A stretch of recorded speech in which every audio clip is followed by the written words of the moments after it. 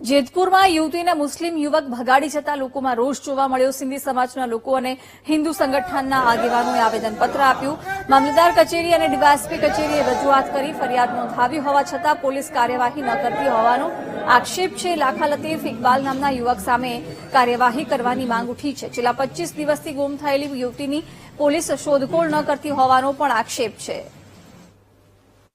જે આવેદન પત્ર આપવામાં આવેલ છે, સમગ્ર હિન્દુ સમાજ એકત્રિત થઈ અને આવેદન પત્ર આપેલ છે।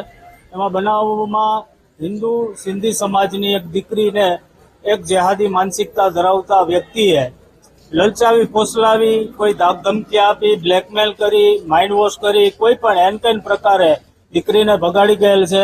અને એ વાતને આજે 25 દિવસ જેવું થવા આવ્યું છે। આ બાબતની પોલીસ કમ્પ્લેન પણ એમના પરિવાર દ્વારા અને સમાજના આગેવાનો એકત્રિત થઈ અને જેતપુર સિટી પોલીસ સ્ટેશનમાં કમ્પ્લેન કરેલી છે। પણ આજે એને 20-25 દિવસ જેવો સમય થઈ ગયો હોય છતાં કોઈ પણ જાતની દીકરીની ભાળ મળેલી નથી।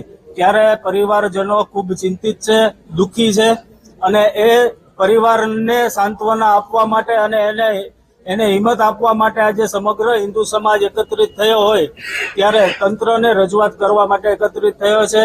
અને તંત્ર પાસે અમારી માંગ છે કે જેમ બને એમ વહેલી તકે દીકરીની ભાળ મેળવવામાં આવે અને એમના પરિવારને સુપ્રીત કરવામાં આવે, આવી અમારી માંગ છે।